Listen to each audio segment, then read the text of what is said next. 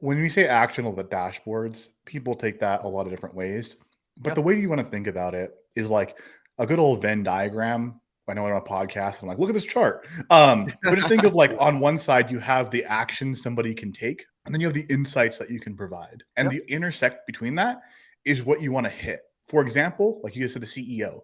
If I give a CEO like a dashboard with like the ad set level breakdown of like a Facebook ad campaign, like they can't do anything. They don't know how to edit a campaign. Not even saying that they couldn't do it, but like they don't know how. That's Yeah. something that like a media buyer would be doing. And if you give a Mhm. media buyer the quarterly projections versus the actual revenues, they're like, okay, like we didn't hit that. Awesome. I don't know what to do. Do I hit Yeah. publish more? Right. So like Yeah. that is like the extremes that you want to think of when you're designing something is what action can the person looking at it take?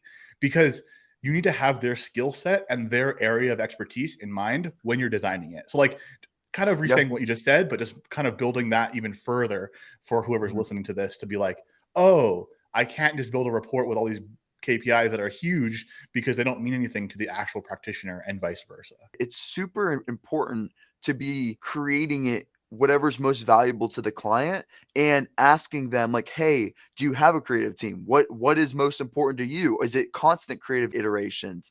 So you have to start by understanding what the platform and data source is first, and then you can eventually get to the point where you can start iterating and making those dashboards. I totally agree with what you're saying there. Is there any other insight that you want to provide there when it comes to making actionable dashboards or anything else there?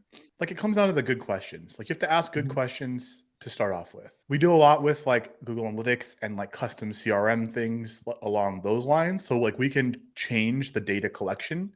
Like with Facebook and Amazon and things like that, like you can't really change the data collection point. Like it's kind Mhm. of standardized. Like you're not like gonna, oh yeah, I want to also see like the number of people who hovered over this thing. Like you're not getting that from Amazon. Yeah.